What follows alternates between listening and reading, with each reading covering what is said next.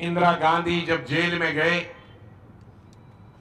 तो लोग आज मैं देखता हूं कांग्रेस पार्टी से जेल में जाते हैं, सुबह बस में ले जाते हैं और उसी वक्त डीजी वगैरह को फोन करते हैं या पुलिस कमिश्नर को, हमारा नाम बस लिख लिए, 1 घंटे में वापस छोड़िए।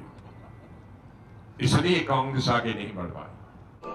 सत्य कहेंगे, सत्य लिखेंगे, सत्य चलेंगे। साहब आगे बढ़ो, देश की मजबूरी है, देश की मजबूरी है।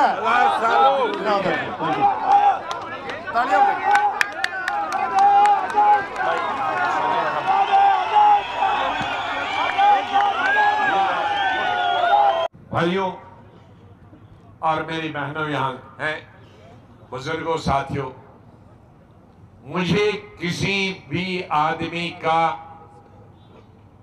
दिल्ली से घर में कंप्यूटर चलाने वाले का और गलत मैसेज लोगों को भेजने का, मैं उनकी तरह नहीं। मैं हमेशा जमीन से जुड़ा हुआ हूं। हिंदुस्तान के किस स्टेट का भी इंचार्ज बना, वहां के शहर में नहीं रहा, वहां के देहातों गांव में सरपंचों के घर रहा, जनरल सेक्रेटरी होकर और मिनिस्टर होकर। पंचों के घर में मैंने रातें गुजारी हैं। इंदिरा गांधी जब जेल में गए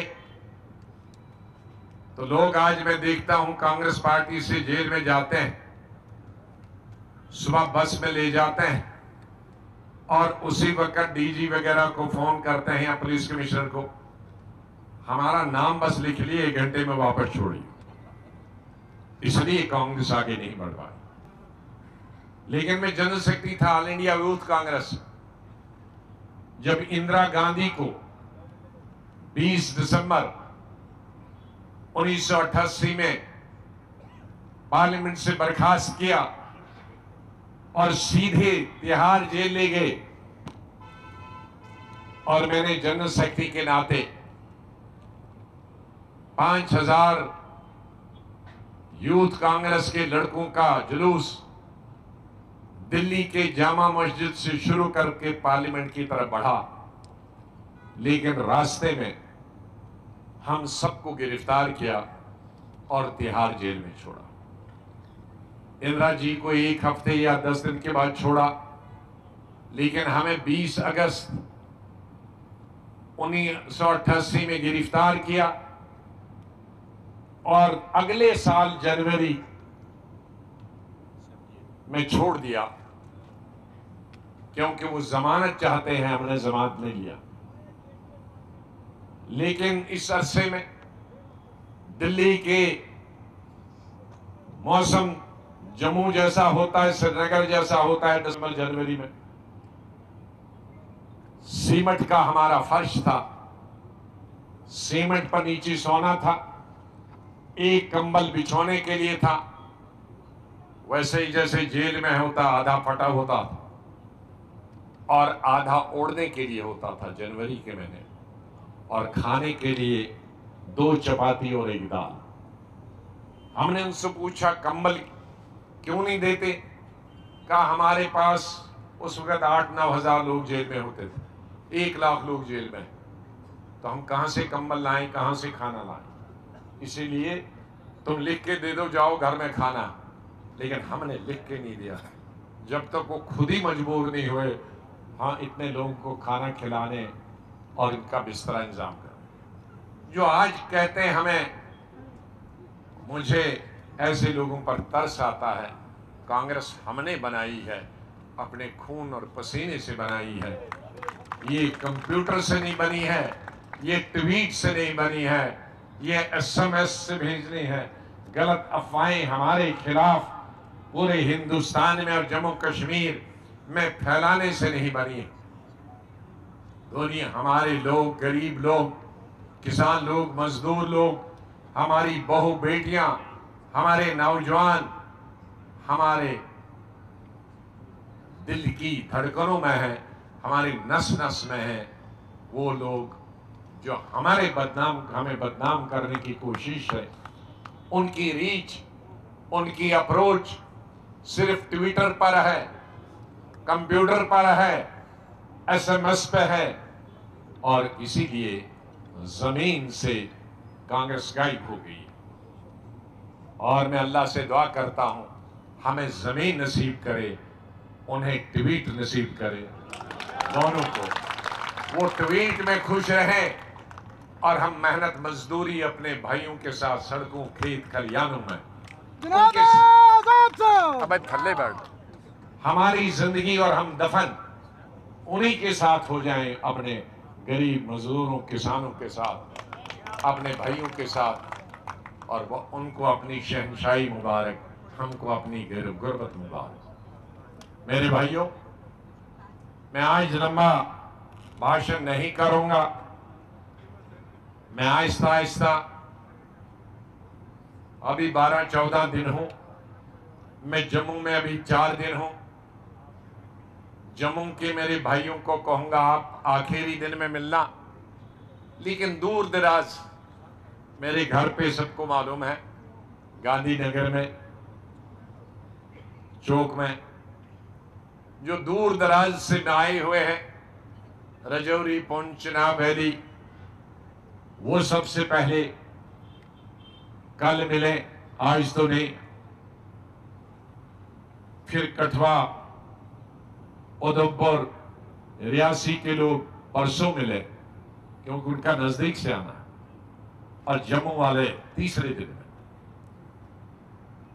मैं 4 दिन के बाद जिला डोडा में एक आध जगह जा रहा हूं, इंदरवाल में एक आध जगह रहा हूं, किश्तवाड़ में एक आध जगह जा रहा हूं। वहां मीटिंगें होंगे, वहां के लोग, खास तौर से हमारी बहनें और भाई जो जिला परिषद के हैं, माफ कीजिए जिला परिषद, ये डीडीसी बीडीसी हिंदुस्तान में सिर्फ जम्मू कश्मीर ने नाम रखा, डीडीसी को पूरे हिंदुस्तान में जिला परिषद बोलते हैं। ये लोग खुद ही डिवाइड करते हैं, हमको कहते हैं इंटीग्रेट करो। अरे जब पूरे हिंदुस्तान में कन्याकुमारी तक जिला परिषद है, तो यहाँ फिर डीडीसी क्यों रखा? बीडीसी वहां ब्लॉक समिति है, यहाँ बीडीसी। इसलिए मुझे जब जिला परिषद निकल जाता है तो उसका मतलब है डीडीसी, ब्लॉक समिति निकल जाता है तो उसका मतलब है बीडीसी। तो मेरे बीडीसी के भाई बहन कश्मीर के हों, रजौरी पुंछ के हों, कठवा के, उधमपुर के हों, रियासी के हों, उनकी बारी अपने अपने स्टेटों में आएगी, अपने अपने डिस्ट्रिक्ट में आएगी बोलने की, और लीडरों की और मंत्रियों की। हमारे कश्मीर के हमारे एक आध सिर्फ सदर साहब बोले। मैं उनसे कहा भाई कश्मीर में अभी मैं 12 तारीख को हूँ, वहाँ तुम लोग बोलना। जम्मू के साथियों को मैंने कहा एक आध आदमी यहाँ बोलो, बाकी आपके डिस्ट्रिक्टों में बोलना। तो मेरे कहने का मतलब है, सुरड़ी साहब और बलवान सिंह जी ने, और बाद में सबका एक्स-डीपी में डिप्टी सीएम ने फरमाया, मेरा वक्त एक गेस्ट अपीयरेंस की तरह, 2.5 साल कोई लंबा टाइम नहीं होता है। हिंदुस्तान की तारीख में 2.5 साल 1 सेकंड के बराबर होते हैं, और जम्मू कश्मीर की तारीख में जब से चीफ मिनिस्टर बने हैं, तो उसकी तारीख अगर गिने तो 2.5 साल 5-10 मिनट होता है।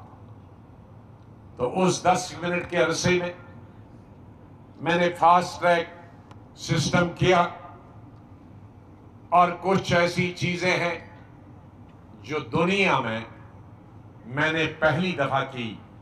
दुनिया के किसी भी मुल्क में, चाहे वो मरकजी सरकार हो या अमेरिका जैसे में चीफ मिनिस्टर नहीं होता है, स्टेटों का गवर्नर होता है, या लंदन में, ब्रिटेन में, दूसरी स्टेटों में, या हिंदुस्तान के स्टेटों में, वो कहीं नहीं है।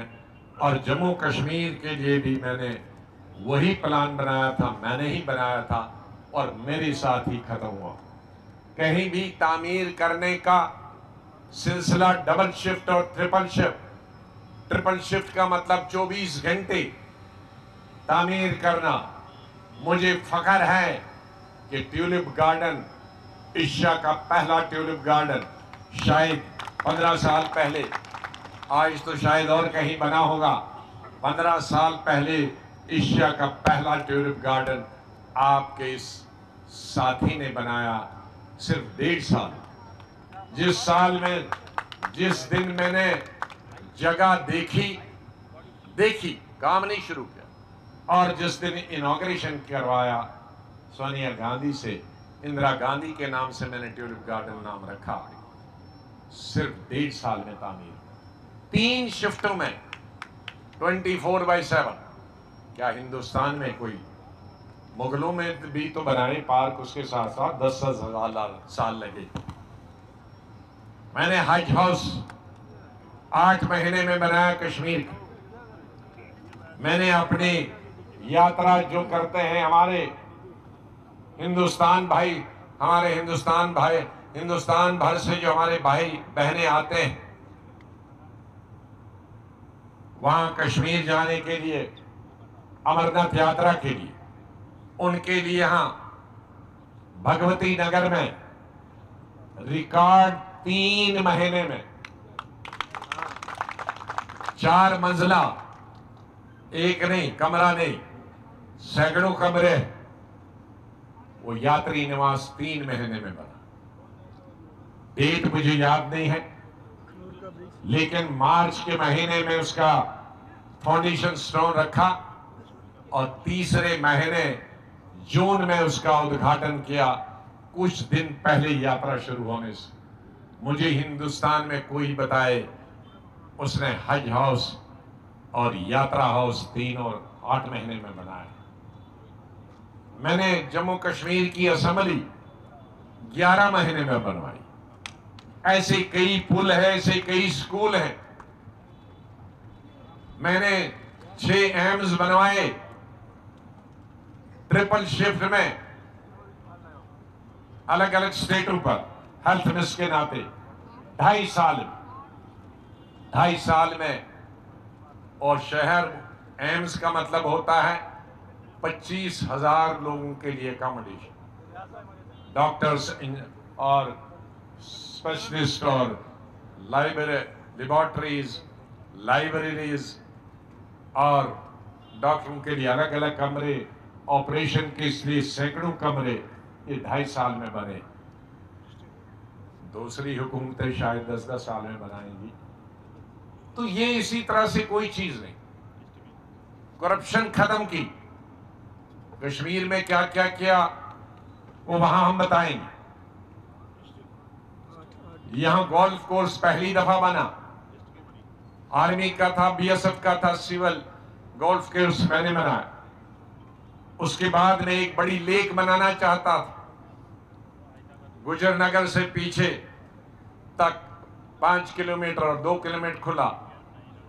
वो जमीन मेरे डिपार्टमेंट में नहीं थे, मेरे सहयोगी मिनिस्टर साथियों के डिपार्टमेंट में थे। उन्होंने कैबिनेट में उसको रद्द किया। फिर मैं पूरी कैबिनेट को दिखाने गया, लेकिन तो भी उन्होंने रद्द किया। इसलिए उस जगह पे मैंने फिर गोल्फ कोर्स बनाया। लेकिन मेरी ख्वाब को पूरा करने के लिए मेरे जो साथी मिनिस्टर्स थे, उमर साहब की उम्र में ताज मोहिद्दीन साहब ने वो जो अगली जगह, पिछली अच्छी जगह तो नहीं मिल पाई थी, तब इन्होंने जरा नीचे पुल बना के उसके लिए लेक बनाने की शुरू की। हाँ, 4th ब्रिज बनाया और उसी के साथ वो लेक बनाने का भी था और वो बना। मैं हरि सिंह पार्क बनाया, जनाना पार्क बनाया। हरि सिंह जो पहले सभी 10 साल से लगे हैं ठुक ठुक ठुक ठुक करते, मैंने एक गो में 40 करोड़ से मंजूर कराया गवर्नमेंट ऑफ इंडिया 8 उनके रिपेयर के लिए। वो 40 करोड़ अभी इनसे खर्च नहीं होते। और कितने पार्क बनाए, कितने तहसीलें बनाई, कितने डिस्ट्रिक्ट 4 बनाए, कितने मेडिकल कॉलेज बनाए, कितने शिवखोड़ी बोर्ड बनाया। इस तरह से मैंने कोई हिंदू मुस्लिम के बीच में तनाव नहीं। जमीन जो हमारे गुजर बकरवाल, SC ST या यहाँ शहर के अंदर वो हिंदू हूं या मुसलमान हूं, जो 40-40 साल के से उन पे कब्जा था, पटवारी लूटते थे, पुलिस लूटती थी, असेंबली में पास करा के उनको जमीन दी, असेंबली में पास की, उसके बाद भी वो जमीनें वापस ले गए। कोई हमारे जो उस वक्त अढाक रहबर तालीम, रहबर जरिया, वो यहां के थे वहां के लगा दिए। मनरेगा, अभी मेरे साथी ने कहा कि मनरेगा में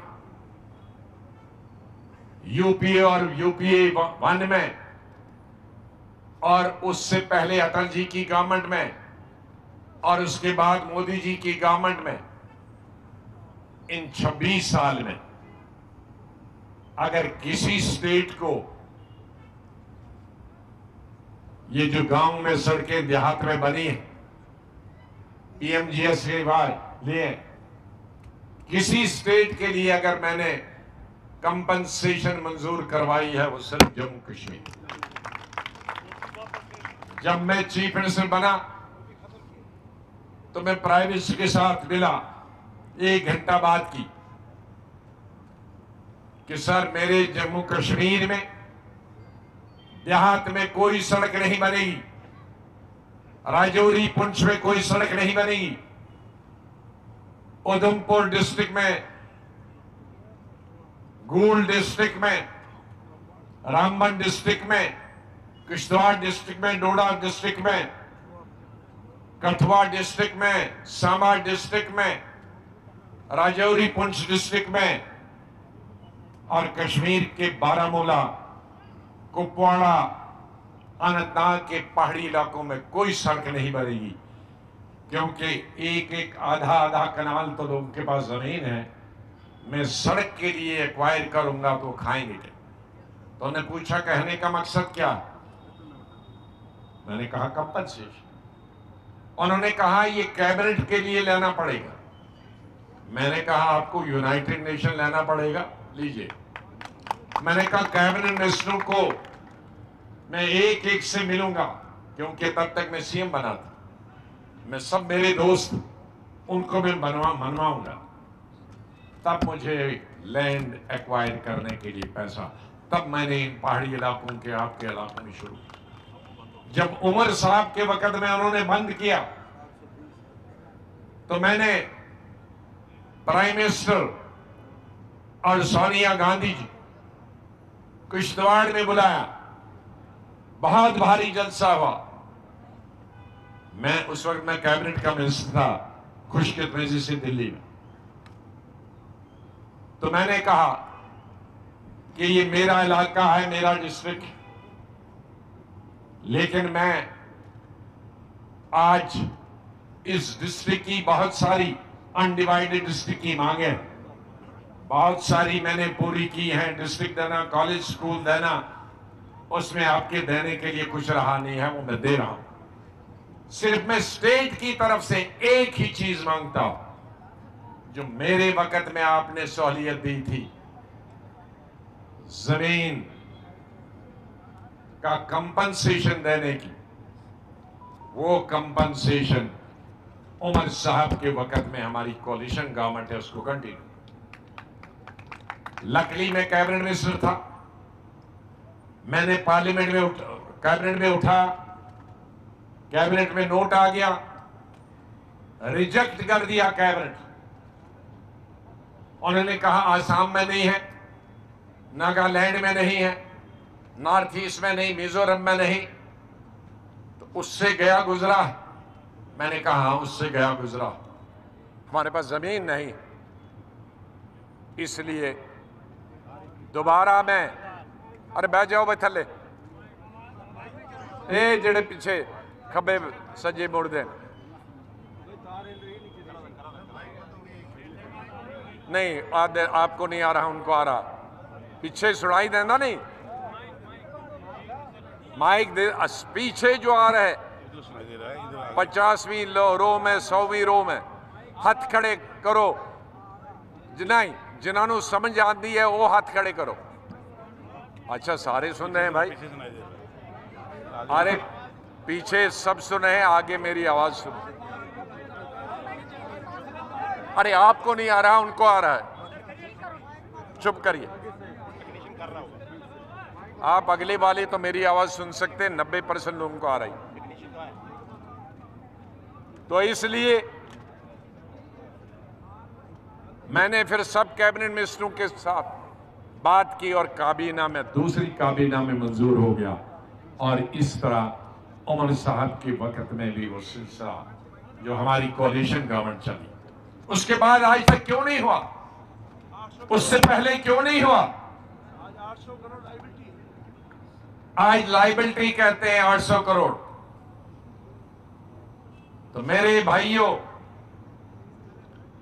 मैं जब यहां था जो कर सकता था वो किया, जो नहीं करवा सकता था वो दिल्ली से करवाया। कैबिनेट में बैठकर जम्मू के लोग हों, कश्मीर के लोग हों, उनके लिए लड़ाई लड़ी। हमारे मुल्क के दूसरे इलाकों में जहां भी इंसाफ नाइंसाफी होती थी, वहां के लिए लड़ाई लड़ी। मेरे मरने तक मेरी लड़ाई जम्मू कश्मीर के इन लोगों को इंसाफ देने के लिए, चाहे वो यहां के किसान हो, यहां के मजदूर हो, पहाड़ी इलाकों में रहने वाले हो, कस्बों में रहने वाले हो, शहरों में रहने वाले हो, वो दुकानदार हो, वो ट्रांसपोर्टर हो। मुझे मालूम है पिछले कुछ सालों में जम्मू के ट्रांसपोर्टरों की क्या हालत हुई। जब मुझे आने की इजाजत नहीं दी, पार्लियामेंट अगर नहीं चला होता, अगर पार्लियामेंट नहीं चला होता तो मुझको भी कहीं जेल में रखा होता बाकी चीजों की तरह। लेकिन पार्लियामेंट के दौरान लीडर ऑफ अपोजिशन को बगैर किसी जुर्म के गिरफ्तार करना मुमकिन नहीं था, क्योंकि उसकी आवाज पूरी दुनिया में जाती। क्यों मैं कहा ही नहीं कुछ। और पार्लियामेंट में जो भी कहा मैंने, स्टेट तोड़ने पर और 370 तक, वो तो इजाजत है कॉन्स्टिट्यूशन, बाहर तो मैंने कोई ऐसी गाली नहीं, इसलिए हमको छोड़। लेकिन उसके बाद मैंने कश्मीर जाने की कोशिश की। कश्मीर एयरपोर्ट पर जब पार्लियामेंट अभी चल ही रहा था, कश्मीर एयरपोर्ट में मुझे 5 घंटे रखा और उसके बाद आखिरी फ्लाइट में दिल्ली भेजा। 1 हफ्ते के बाद मैंने जम्मू आने की कोशिश की। जम्मू के एयरपोर्ट पे 4 घंटे रखा, चाय दी उन्होंने, बहुत बहुत शुक्रिया, खाना पीना नहीं हुआ। और आखिरी फ्लाइटें, क्योंकि उस वक्त जम्मू की बड़ी कम फ्लाइट है, आखिरी फ्लाइट में पैक करके दिल्ली पहुंचा। फिर उसके 1 हफ्ते बाद मैंने तमाम अपोजिशन के लीडरों को जोड़ा कि हम सब मिलके कश्मीर एक अटेम्प्ट करें। उसमें राहुल गांधी को भी मैंने रिक्वेस्ट किया कि मैंने सब पार्टी के लीडरों को जोड़ा, आप भी आए। आगे कश्मीर में गए, 4 से 5 घंटे हम सभी अपोजिशन के लीडरों में एयरपोर्ट और वापस भेज दिया। फिर मैं चुप नहीं बैठा। कई लोग स्टेटमेंट देते हैं कि यार हमारी सुने। मैंने 5-6 वकील किए और मैंने सुप्रीम कोर्ट की तरफ रुजू किया। सुप्रीम कोर्ट में बहस हुई, सुप्रीम कोर्ट ने मुझे इजाजत दी जम्मू, सिर्फ जम्मू शहर में और कश्मीर में अनंतनाग, श्रीनगर और बारामूला। और सुप्रीम कोर्ट ने एक चीज और भी बताई कि जो भी आप वहां सुनेंगे उसकी रिपोर्ट हमें दीजिए, वो प्रेस को मत दीजिए, और आपको ये इजाजत पॉलिटिक्स करने के लिए नहीं दी। आप कोई मीटिंग पब्लिक नहीं कर सकते, आप कोई वर्कर्स मीटिंग नहीं कर सकते, सिर्फ लोगों की दाद और फरियाद सुन। मैंने दौरा किया सुप्रीम कोर्ट, मैंने जो हो रहा था जम्मू में, किसानों की, हमारे ट्रांसपोर्टर की हालत क्या थी, हमारी सब्जी मंडी और शहीदी चौक या बाकी जगहों में हमारे दुकानदारों की क्या हालत होती, हमारे 30 सराल होटल वाले, फ्रूट वाले, उनकी क्या हालत हुई थी, जो नौकरी करते हैं, जो मजदूर करते हैं, उनको काम नहीं मिल रहा था, वो कैसे भूखे मर रहे। कश्मीर में फूड इंडस्ट्री कैसे तबाह हुई, हमारी वहां जो दूसरा हैंडीक्राफ्ट वो कैसे बर्बाद हुआ, हमारे कश्मीर मजदूर कैसे भाग गए। ये तमाम मैंने चीजें सुप्रीम कोर्ट को भेजी। तो ऐसा अगर कहेगा कि हमने कुछ नहीं किया, अगर मैंने ये सब कुछ नहीं है, वो मुझे बताइए उन्होंने क्या किया है? सिर्फ लोगों को गुमराह करना, इसके अलावा और कुछ किया? मैं मुबारकबाद देता फारूक अब्दुल्ला साहब, हमारी सियासी तौर पर वो हरीफ रहे, इकट्ठे रहे, प्यार करते रहे, लव हेट हमारा रिलेशन चलता रहा, लेकिन उन्होंने एक लफ्ज भी नहीं कहा, बल्कि तारीफ की, एक स्टेट्समैनशिप। कल को शायद इलेक्शन में हमारा टकराव हुआ, लेकिन लीडर वो है, वो टकराव से नहीं डरे,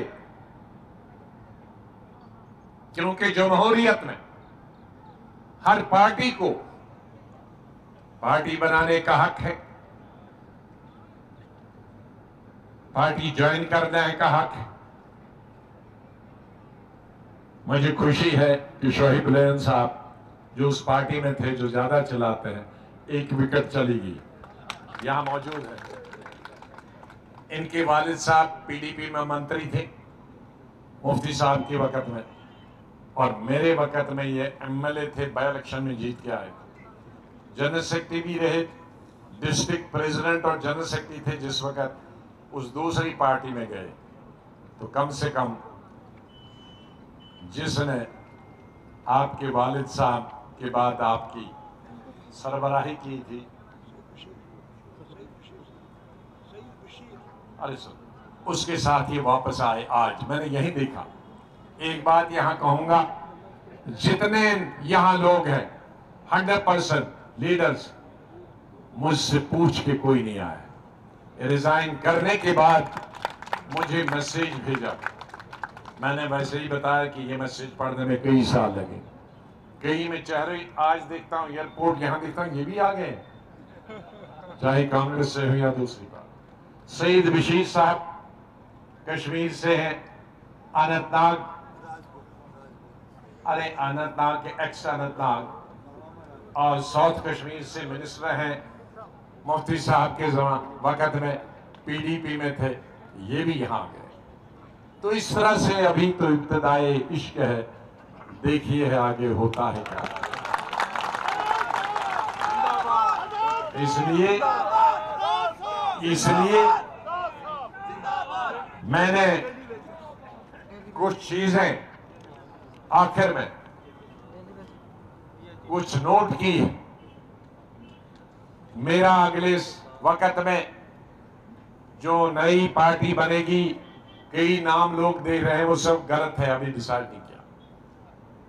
हमारी पार्टी का और झंडा जम्मू सूबा के लोग, कश्मीर सूबा के लोग और लीडर मिलकर जो तय करेंगे, वही झंडा होगा, वही नाम होगा।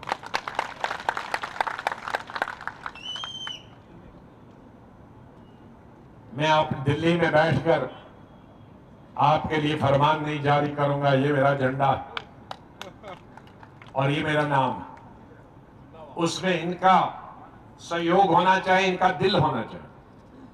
वो नाम और झंडा गांव वाले भी बोल सकते होंगे, शहर वाले और कस्बे वाले। मेरे पास कई नाम आए, कश्मीरी के नाम आए, वो उर्दू ज्यादा फल देते हैं। हमारे जम्मू वाले हैं, वो संस्कृत वाला देते हैं। मैंने कहा भाई, जब ट्रांजिशन हो रहा था 1947, उससे पहले उर्दू पढ़ी जाती थी, उर्दू बोली जाती थी। आजादी के बाद हिंदी भी आ गई, संस्कृत भी। पहले तो कोई बहुत ही विद्वान पढ़ते थे, लेकिन इंट्रोड्यूस। तो नेहरू ने कहा कि हमारा हिंदुस्तान गंगा जमनी हिंदुस्तान, तो हमारी आम बोलचाल होगी सभी धर्मों की, वो न संस्कृत होगी और न बिल्कुल प्योर होगी, वो हिंदुस्तानी होगी। तो आज 75 साल से हिंदुस्तान के हिंदू मुसलमान, सिख, ईसाई हिंदुस्तानी बोलते हैं। हिंदुस्तानी किसको कहते हैं? जो मेरे हिंदू भाइयों ने भाषण किया, मेरे मुसलमान भाइयों ने भाषण किया, यहाँ भी और हिंदुस्तान में, जो हम घर में भाषण करते हैं, वो ना किसी मौलाना की उर्दू है, न किसी पंडित जी की संस्कृत है, वो आम भाषा है जो सबको समझ आ रही। तो मेरा नाम पार्टी का भी एक उसी पंडित जवाहरलाल नेहरू की तरह एक ऐसा हिंदुस्तानी नाम होगा जो हिंदू भाई भी समझे, मुसलमान भाई भी समझे, सिख भाई भी समझे, ईसाई भी समझे। बौद्ध अगर इसका हिस्सा होते, सौभाग्य से वो सब उर्दू जानते हैं, इसलिए कोई प्रॉब्लम नहीं होती। तो मेरे भाइयों, मैंने कुछ, सुनिए, आखिरी है, मैंने 10 मिनट में बताता हूं कि मेरा आने वाला एजेंडा क्या। मैं इंग्लिश मीडिया के लिए और हिंदी समझने वाले, उर्दू समझने वाले के लिए उसका ट्रांसलेशन करूंगा, लेकिन अंग्रेजी वालों के लिए उसका पहला काम होगा। हमारा एजेंडा सबके लिए होगा, मैं इसकी कॉपी दूंगा।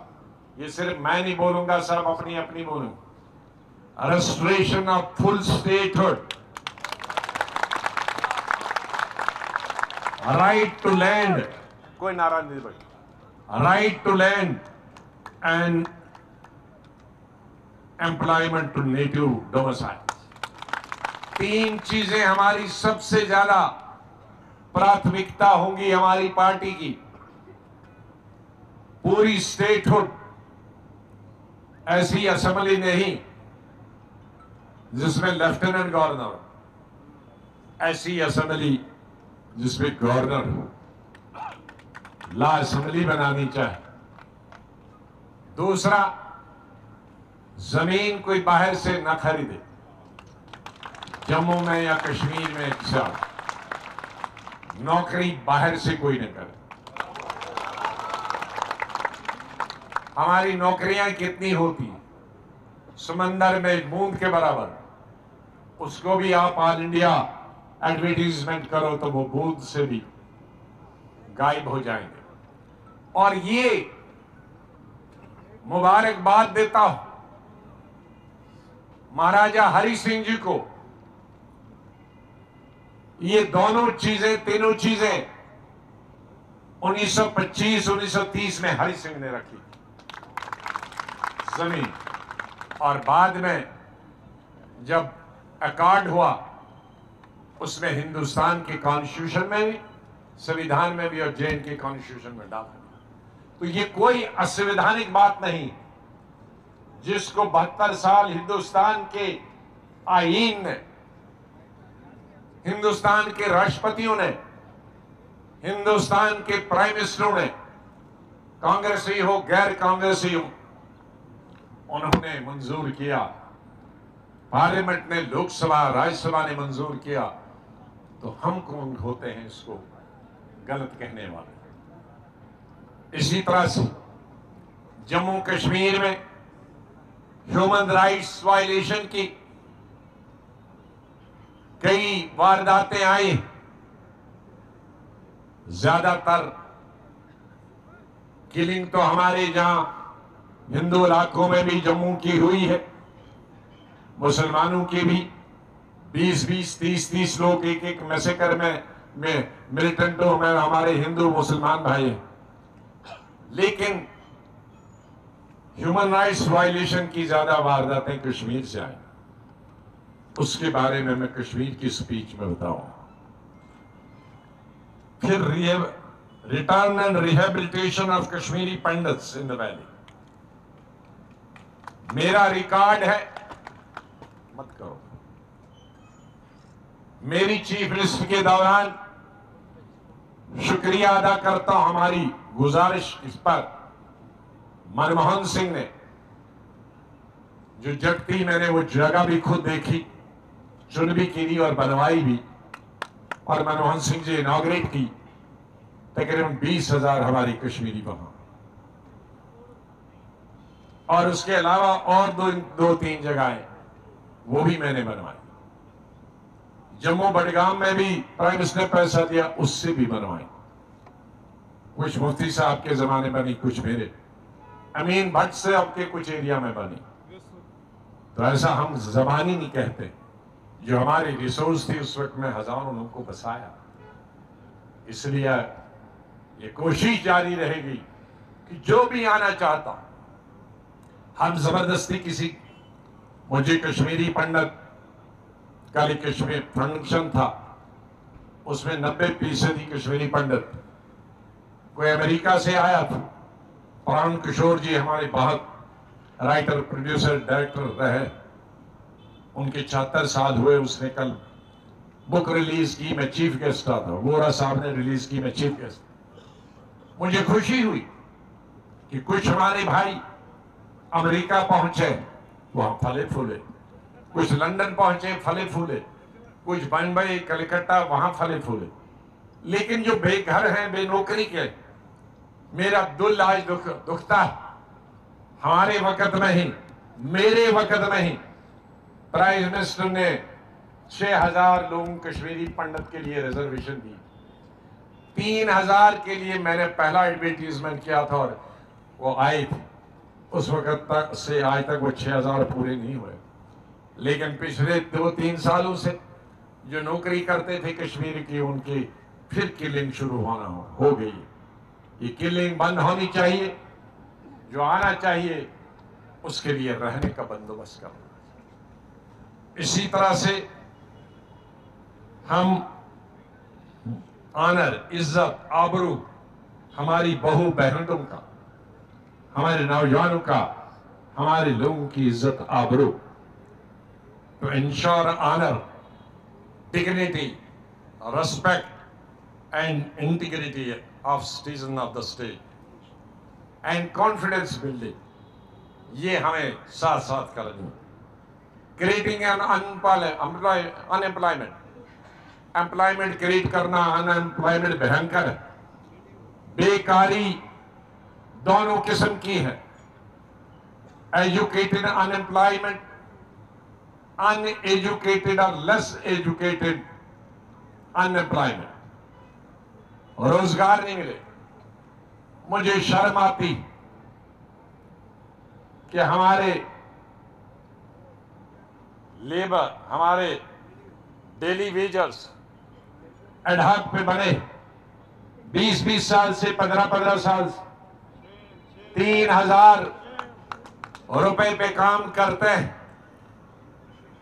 दिल्ली कई दफा आए, शादी किया है, 4-4 बच्चे, 3,000 में खुद क्या खाते हैं, बीवी बच्चों को क्या खिलाते हैं, कपड़े कहां से लाते हैं। ये एक अजूबा है हिंदुस्तान। बहुत शुक्रिया, वो बात विच करियो। इसलिए उनका हक बनता है सबसे पहले।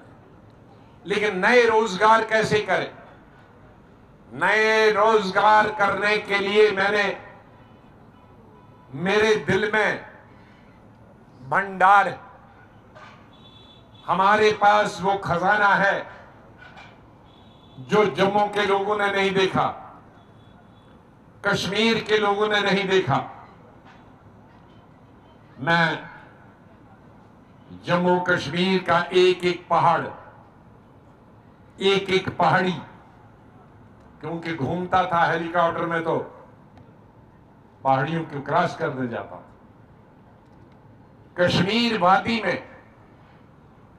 जब मैं उड़ी में जलजला आया और नेस्त नाबूद हो गए मकानात, उड़ी और टंगदार दोनों में भाई, उड़ी और टंगदार, इनकी कॉन्स्टिट्यूंसी अपने ताज मोहिद्दीन साहब, मैं रोज जाता था तो रास्ते मुझे एक दुनिया नजर आई, बंगस।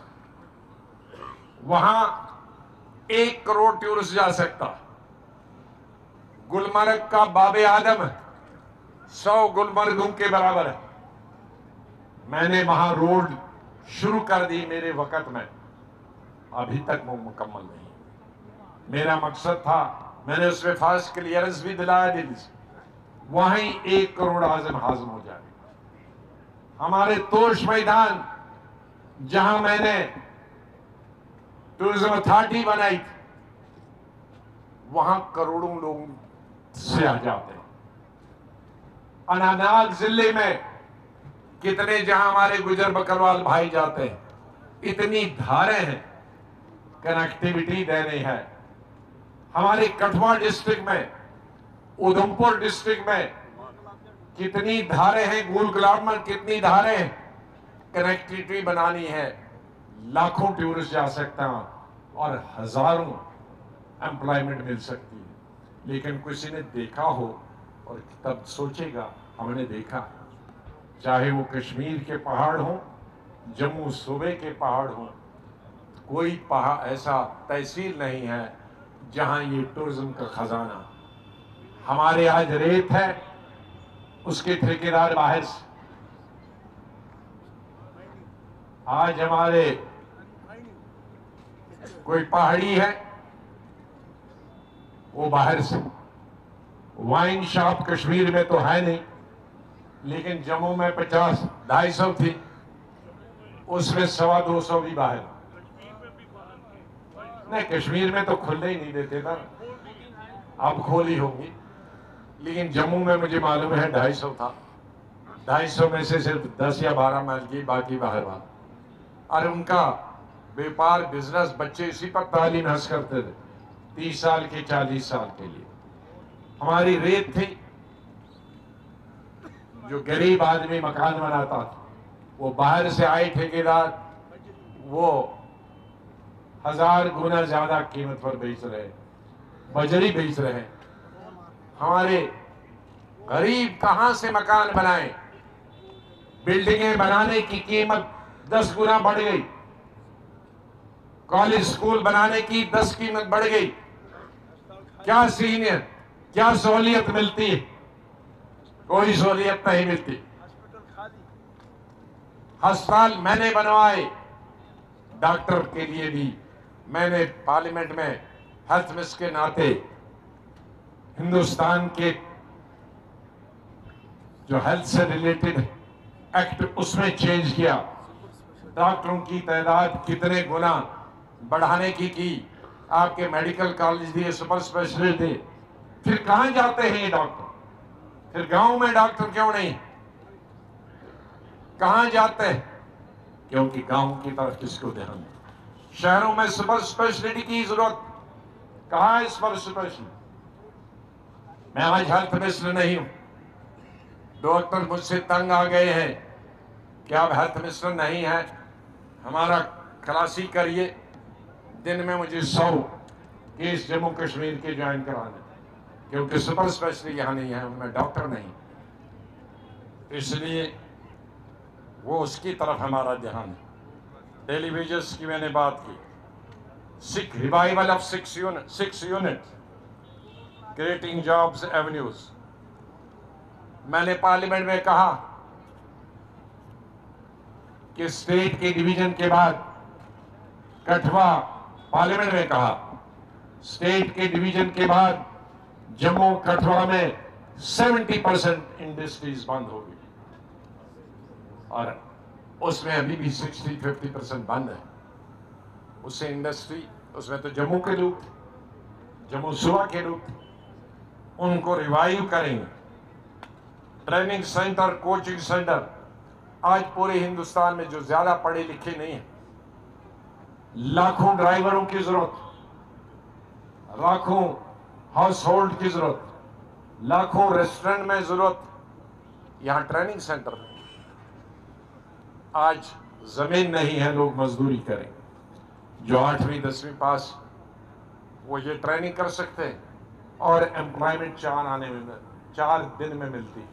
इन तमाम चीजों के उनके ट्रेनिंग सेंटर हो, मेजर थ्रस्ट होगा डबल शिफ्ट और ट्रिपल शिफ्ट, इक्विटेबल